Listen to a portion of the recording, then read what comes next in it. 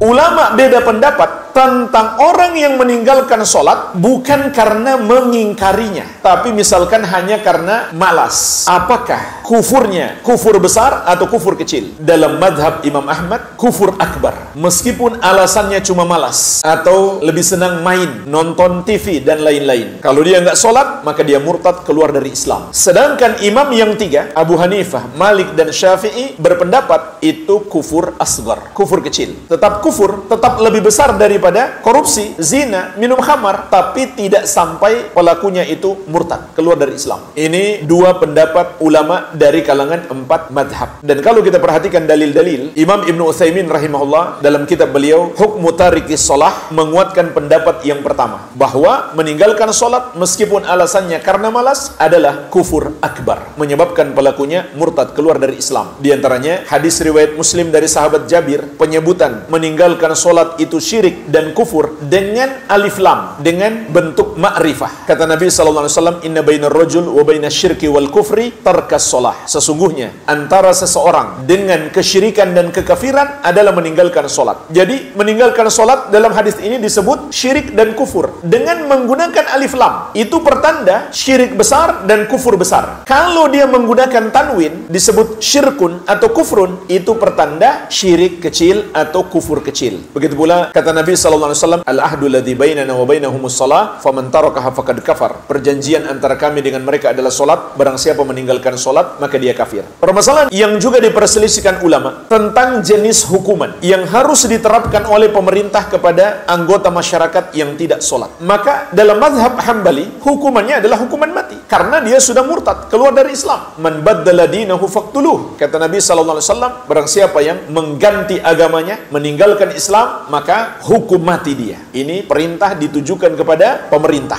Ini pendapat yang pertama. Pendapat yang kedua, pendapatnya mazhab Maliki dan Syafi'i juga dihukum mati. Cuma bedanya dalam mazhab Maliki dan Syafi'i dihukum mati bukan karena dia murtad, tapi haddan, sebagai hukum had baginya. Seperti pezina yang sudah pernah menikah, itu kan hukumannya juga hukuman mati, tapi dia nggak murtad, sehingga setelah dihukum mati dia tetap disolatkan. Maka kalau kita ikut mazhab Syafi'i, orang yang tidak solat hukumannya adalah hukuman mati, meskipun setelah itu dalam mazhab Syafi'i dia disolatkan karena dia masih muslim. Pendapat yang ketiga, dalam mazhab Hanafi hukumannya adalah hukuman ta'zir, yaitu terserah penguasa, terserah hakim, namun harus dihukum berat, akan tetapi tidak sampai dihukum mati. Contoh disebutkan dalam mazhab Hanafi, dihukum berat itu adalah dipenjara seumur hidup sampai dia bertobat. Kalau bertobat baru dilepaskan, kalau tidak ya berarti sampai mati di penjara terus. Al-Amwah, menemani ibadahmu juga hijrahmu.